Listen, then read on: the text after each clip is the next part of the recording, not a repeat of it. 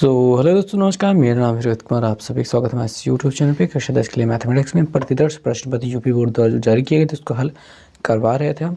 इसमें हमने कई वीडियोस बना दी थी और आज के इस वीडियो में हम देखने वाले हैं प्रश्न संख्या 4 को, जिसमें 2 प्रश्न होते हैं, जिसमें 6-6 नंबर के दोनों प्रश्न हैं, जिसमें से एक प्रश्न आपको करना रहता है। आइए देखते हैं पहला प्रश्न। इसमें क्या कहा गया कि एक बहुमंजिले भवन के शिखर से देखने पर 8 मीटर ऊँचे भवन के शिखर और तल का अनुमान कोण क्रमशः 30 अंश और 45 अंश है। बहुमंजिला भवन की ऊंचाई और दोनों भवनों के बीच की दूरी ज्ञात कीजिए। तो इस प्रश्न का हल कुछ इस प्रकार से करने वाले हैं हम। प्रश्न उत्तर संख्या आप 4 ही लिखेंगे। देखिए, सबसे पहले तो इसका चित्र बन जाना चाहिए बेहतरीन वाला, और इसके चित्र पर भी 1 नंबर निर्धारित रहता है। अगर आपने अच्छा चित्र बनाया है तभी आपको अच्छा नंबर मिलता है। और इस प्रश्न का उत्तर तो भैया मतलब नंबर देने का काम जो है चित्र देख कर ही रीडर समझ जाता है कि आपका क्वेश्चन सही है कि गलत है। तो आइए देखते हैं कि एक बहुमंजिला भवन है और एक सामान्य सा भवन है। तो ध्यान से समझिएगा कि पहले तो ज़मीन बना लीजिए। ठीक है, ये ज़मीन बन गई है। एक बहुमंजिला भवन के शिखर से देखने पर, एक बहुमंजिला भवन है, ये रहा बहुमंजिला भवन। हम इसे लिख लेते हैं बहुमंजिला भवन। ये बहुमंजिला भवन है। इस बहुमंजिला भवन के शिखर से देखने पर, शिखर मतलब ऊपर वाला हिस्सा, यहाँ से देखने पर इसका मतलब आप यहाँ पे खड़े हैं और यहाँ से कुछ चीज़ देख रहे हैं। क्या देख रहे हैं? एक 8 मीटर ऊंचे भवन, एक 8 मीटर ऊंचा भवन है, इसे आप देख रहे हैं। ये एक भवन है जो कि 8 मीटर ऊंचा है। 8 मीटर, थोड़ा अच्छा लिख लेंगे, 8 मीटर ऊंचा है। ठीक है, ये एक भवन है जो कि 8 मीटर ऊंचा है। इस भवन को देख रहे हैं, भवन के शिखर और तल। इस भवन के शिखर यानी ऊपर वाले हिस्से और तल यानी नीचे वाले हिस्से को देख रहे हैं के अवनमन कोण क्रमशः 30 अंश और 45 अंश। यानी पहले शिखर को देख रहे हैं तो आपको दिखाई दे रहा है कि अवनमन कोण कितना है, 30 अंश है। तो अवनमन कोण 30 अंश बनाने के लिए सबसे पहले तो आपको ये सीधी रेखा, यानी कि आप सामान्य रूप से सामने देखना चाहेंगे तो सीधी नज़र ऐसी जाएगी। अवनमन कोण के लिए गर्दन झुकानी पड़ती है, नीचे ही ओर देखना पड़ता है। तो ये जो हो गया 30 अंश का कोण बना रहे हैं।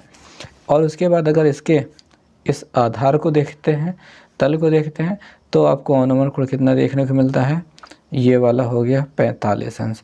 ये 45 अंश केवल इतना सा नहीं है, ये पूरा 45 अंश है। ठीक, इस चीज़ को भी हमको मिलाना होगा, ये डॉटेड लाइन में ही दिखा देंगे।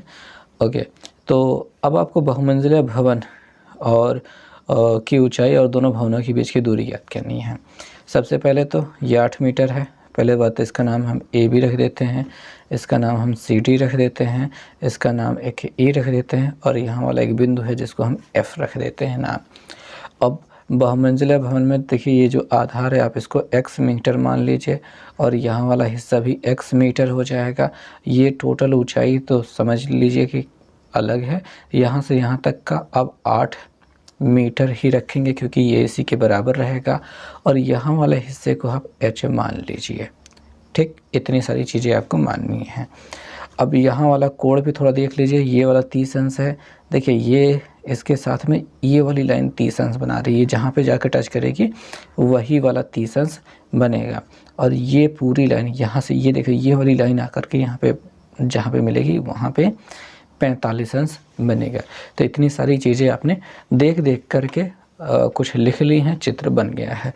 अब जब चित्र बन चुका है उसके बाद आपका जो आंसर है वो लिखना आप शुरू करेंगे। ठीक है, तो आंसर कैसे लिखेंगे? सबसे पहले तो यहाँ पे भवन की ऊंचाई, जो हमारा सामान्य सा भवन है, भवन की ऊंचाई आपको डिटेल्स लिखनी है। ये ए बी है, ए बी है, वो कितना है?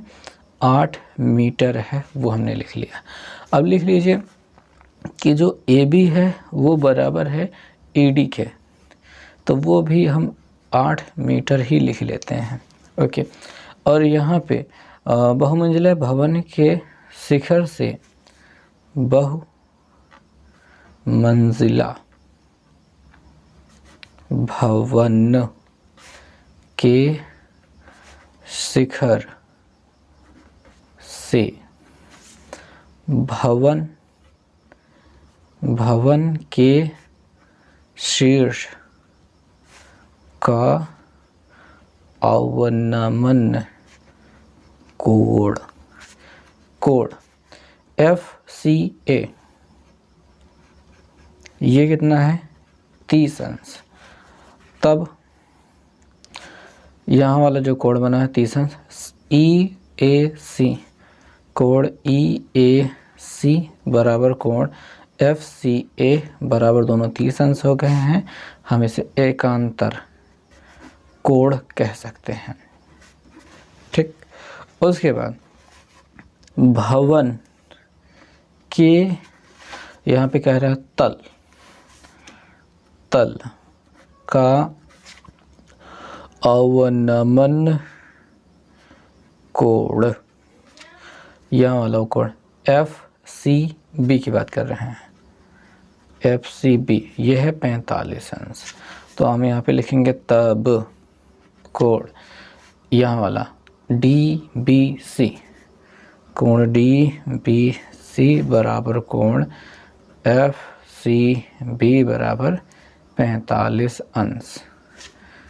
ये एकांतर कोण है जी भैया। कुछ चीज़ें आप मान रहे हैं, माना दोनों भवनों के बीच की दूरी, दोनों भवनों के बीच की दूरी ये जो है BD बराबर AE होगा। BD बराबर AE बराबर x मीटर आपने माना है। EC ये जो माना है EC बराबर h मीटर ये आपने माना है। ये सारी डिटेल्स आपको लिखनी पड़ेंगे। ठीक, उसके बाद ही प्रश्न में कुछ अच्छा आप कर पाएंगे। और ये सारी चीज़ें आपको देख देख के लिख लेनी है। अब अवनमन का पता नहीं क्या लिख दिए हैं। आगे चलते हैं। अब इतनी सारी चीज़ें लिख देने के बाद अब शुरू करेंगे। यहाँ वाले छोटे वाले कोण से ले लीजिए, लगा लीजिए क्या tan 30 अंश, लंब बटे आधार कर दीजिए। नाम लिखेंगे त्रिभुज का AEC में लिखेंगे tan 30 अंश। tan ही क्यों लेंगे, क्योंकि ये जब आधार और ऊंचाई वाला सिस्टम होता है तो tan ही लगता है, क्योंकि ये लंब है और ये आधार है। लंब और आधार tan में आते हैं। और लंब है CE या फिर EC लिख देते हैं, और AE तो लंब है CE, आधार है AE। tan 30 का मान क्या होता है 1/√3 होता है। CE जो है उसको हमने h लिया है और इसको x लिया है, तो ये h/x हो जाएगा। तिरछा गुणा कराएंगे तो x बराबर हो जाएगा, इसका इधर गुणा करके √3h, जिसको हम एक समीकरण कह सकते हैं जो हम बाद में प्रयोग करेंगे। अब हम देखेंगे कि हमारे साथ और क्या होता है। अब हम इस त्रिभुज BDC में आ जाएंगे, त्रिभुज BDC में, और यहाँ पे लेंगे tan 45 अंश। देखिए 45 अंश यहाँ दिखाई दे रहा है। लंब पूरा लेंगे, आधार ये पूरा लेंगे। लंब है CD और आधार है BD। tan 45 का मान 1 होता है, CD का मान h + x होगा, सॉरी h + 8 होगा।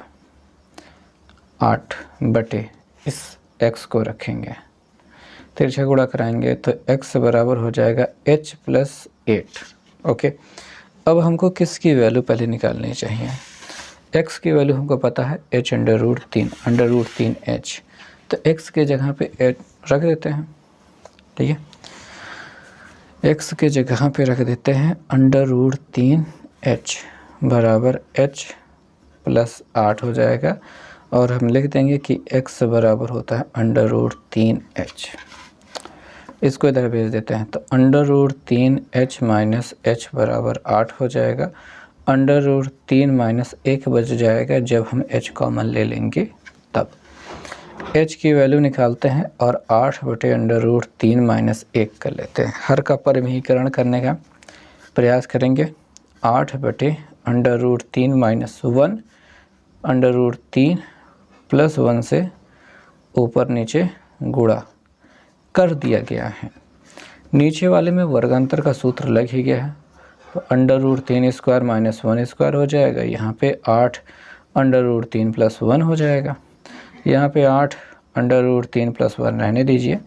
नीचे यहाँ पे 3 - 1 हो जाएगा, जिसका मतलब 2 हो जाएगा।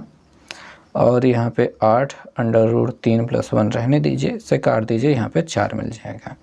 यानी 4/√3 के अंदर यहाँ पे इतना सब कुछ ऐसा दिखाई दे रहा है। इतना हो गया। अब हमें आगे भी करना है, क्योंकि यहाँ पे रुकना नहीं था। ये तो h की वैल्यू है, हमें निकालना है दोनों भवनों के बीच की दूरी। ठीक, तो कुछ करते हैं, यहीं पे कर लें। चलो यहीं पे काम लगाते हैं। हो पाया तो अच्छी बात है, नहीं हो पाया तो और भी अच्छी बात है। तो h की वैल्यू जब मिल गई तो हम यहाँ पे x की वैल्यू निकालेंगे। ठीक है, समीकरण 1 से। समीकरण 1 में h का मान रखने पर, ओके, ये है समीकरण 1। उसमें x बराबर √3 रखेंगे और h की वैल्यू ये जो मिली है रख देंगे। क्या है? 4 है, √3 +1 है। ठीक है, √3 से जब गुणा कराते हैं तो ये 4/√3 कोष्टक में √3 + 1 हो जाता है। यहाँ पे इतने से तो काम होगा नहीं, अंदर और गुणा करा लेते हैं। ठीक है, तो इसका यहाँ पे जब गुणा करा लेते हैं तो कितना हो जाएगा? 4 एकम 4 √3 गुणते √3 + 4 एकम 4 और √3। √3 का जब गुणा हो जाएगा वो 4 गुणते क्या हो जाएगा? आपका हो जाएगा 3 + 4 √3 रहेगा। तो यहाँ पे 4 3 12 हो जा रहा है। वैसे हमने ऐसा किया क्यों? 4 ही कॉमन ले लेते हैं, रहने देते हैं, 3 + √3 ही रहने देते हैं, कोई मतलब नहीं है उसका करने पर। अब x की जो वैल्यू मिली है, यह भवन की ऊंचाई भी सेम वही रहेगी, क्योंकि यहाँ पे tan 45 लगा था, तो ये पूरा और ये पूरा बराबर ही था। यहाँ पे देख सकते हैं h + 8, हालांकि मुश्किल कर डाला है, इसमें कुछ बचा नहीं है। तो ये आप लिख दीजिएगा, दोनों भवनों के बीच की दूरी। दोनों भवनों के बीच की जो दूरी है वो 4 कोष्टक में 3 + √3 मीटर है ऐसा। और बहुमंजिला भवन की ऊंचाई, बहुमंजिला भवन की ऊंचाई, इसे निकालते हैं। उसके लिए आपको दोनों को जोड़ना पड़ेगा। ये 8 + h की वैल्यू, ठीक, तो 8 + h की वैल्यू ये है। 4 से अंदर गुणा करा दो यार, 4 से इसमें गुणा कराएंगे 4/√3 हो जाएगा। 4 से इसमें गुणा कराओगे 4 एकम 4 हो जाएगा। ठीक है, थोड़ा डायरेक्ट रहें क्योंकि जगह कम है। 8 4 12 हो जाएगा, 12 + 4 √3 है। 4 कॉमन ले लोगे तो 4 3 यहाँ पे + √3 हो जाएगा। कॉमन लेने तो आता है ना, मीटर कह देना, इसमें भी मीटर कह दे यहाँ पे, तो मीटर, तो चलो ठीक है। तो बहुमंजिला भवन की ऊंचाई 4 + 4 कोष्टक में 3 + √3 मीटर है। और यहाँ पे भी वही है, सेम वही चीज़ें रहेंगी। और यहाँ पे √3 की वैल्यू कुछ रखने को नहीं दिया है, हालांकि इसमें दिया है। तो ये दूसरा प्रश्न है, उसमें नहीं रखेंगे अपन, रखना चाहे तो रख भी सकते हैं, बट कोई मतलब नहीं है, इस प्रश्न के लिए तो दिया नहीं है, तो इतना ही लिख देना पर्याप्त रहेगा। ये भी प्रश्न संख्या 4 ही है, तो हमको उसको 4 ही लिखना है। और देखते हैं इसमें क्या है कि भूमि के एक बिंदु P से एक 10 मीटर ऊंचे भवन के शिखर का उन्नयन कोण 30 अंश है। भवन के शिखर पर एक ध्वज लहराया गया है और P से ध्वज के शिखर का उन्नयन कोण 45 अंश है। ध्वज दंड की लंबाई और बिंदु P से भवन की दूरी ज्ञात कीजिए। तो ये ज़मीन हो गई, ज़मीन पर एक बिंदु P हो गया, यहाँ पे एक भवन हो गया, भवन के ऊपर एक ध्वज हो गया। यहाँ से इसका उन्नयन कोण कितना है? 30 अंश है। 10 मीटर, अच्छा भवन एक 10 मीटर ऊंचे भवन की ऊंचाई 10 मीटर है, यहाँ पे 30 अंश है। और ध्वज दंड की जो कोण यहाँ पे बन रहा है वो 45 अंश पूरा वाला है, ठीक है, पूरा 45 अंश। P से ध्वज के शिखर का उन्नयन कोण 45 अंश है। ध्वज दंड की लंबाई हमको h माननी होगी, इसे x मानना होगा, और इसका नाम A, इसका नाम B, इसका नाम C रख देते हैं। हो गया, बात खत्म हो गई। चीज़ों को अब लिखना शुरू करते हैं। भवन की ऊंचाई, भवन की ऊंचाई, और वो है AB बराबर 10 मीटर, ठीक। और P से भवन के शीर्ष का उन्नयन कोण, P से भवन के शीर्ष का उन्नयन कोण, ये कोण APB बराबर 30 अंश ना, 23 अंश। P से ध्वज के शीर्ष का उन्नयन, छोड़ो जाने दो, कोण अपन लिख लेना, कोण APC बराबर 45 अंश। माना ध्वज दंड की लंबाई ही h है ना, समझे नहीं? ध्वज दंड, दंड माने डंडा, ध्वज माने झंडा, तो झंडे के डंडे की जो लंबाई है वही ध्वज दंड की लंबाई है, और वो है BC बराबर h मीटर। तथा यहाँ से P से भवन की दूरी, P से भवन की दूरी ये क्या है? ये तो PA है। कितना है? x metre. अरे इतना गंदा x, मीटर, मीटर, ठीक है। अब इसमें और कुछ नहीं करना है, हो गया काम खत्म। कुछ और करना है कि ज़रूरत ही नहीं है। अब त्रिभुज APB या फिर APB में ऐसा लिखना है, त्रिभुज ABP में, ABP न्यूज़ होता है क्या कुछ? ABP, यहाँ पे देखो छोटा वाला कोण 30 अंश है, लिखना tan 30 है। tan ही क्यों लगाते हैं? क्योंकि लंब आधार की ज़रूरत है, बस हो गया। लंब है AB, आधार है PA, AP। tan 30 का मान 1/√3, AP का मान 10 है और इसका मान x है, तिरछा गुणा करा दो, x बराबर 10/√3 मीटर हो जाएगा इसका इधर गुणा करने के बाद, और बस हो गया। भवन की दूरी पूछ रहे हैं ना, P से भवन की दूरी, तो हो गया 10/√3 मीटर। √3 का मान रख दो, चलो उसको बाद में रख लेंगे, अभी वो निकाल लेते हैं ध्वज दंड की लंबाई, ठीक है। त्रिभुज ACP में, ACP क्या नाम आ रहा है, ACP में अब यहाँ पे tan 45 लगेगा, याद रखना। और tan 45 होने के बाद लंब कितना होगा? AC, आधार कितना होगा? PA, AC/AP ही लिख लेते हैं। tan 45 का मान 1 होता है, AC का मान पूरा कितना दिखाई दे रहा है?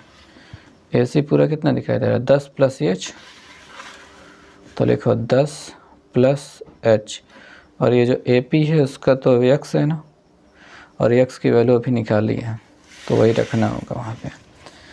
तो 1 बराबर 10 + h है, और इसके जगह पे लिख लेते हैं 10/√3, चूँकि x बराबर 10 अंडर रूट 3 हम प्राप्त कर चुके हैं।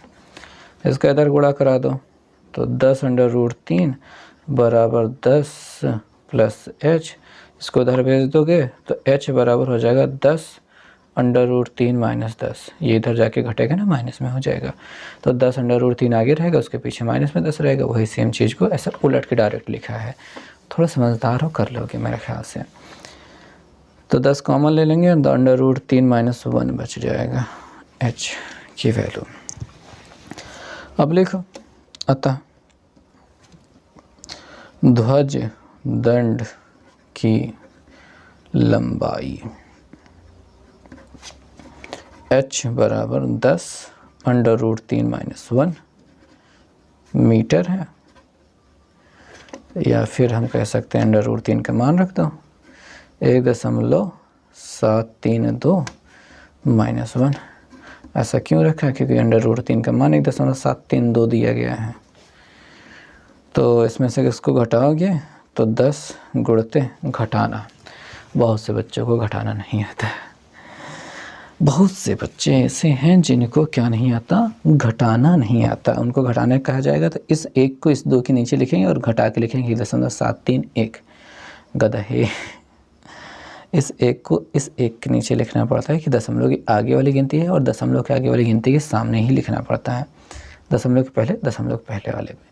तो एक में से ये वाला एक घट जाएगा, यहाँ पे बचेगा 0, बाकी पीछे वाले तो अपना ऐसे ही रहेंगे 732, ऐसा कुछ रहेगा हिसाब। समझो?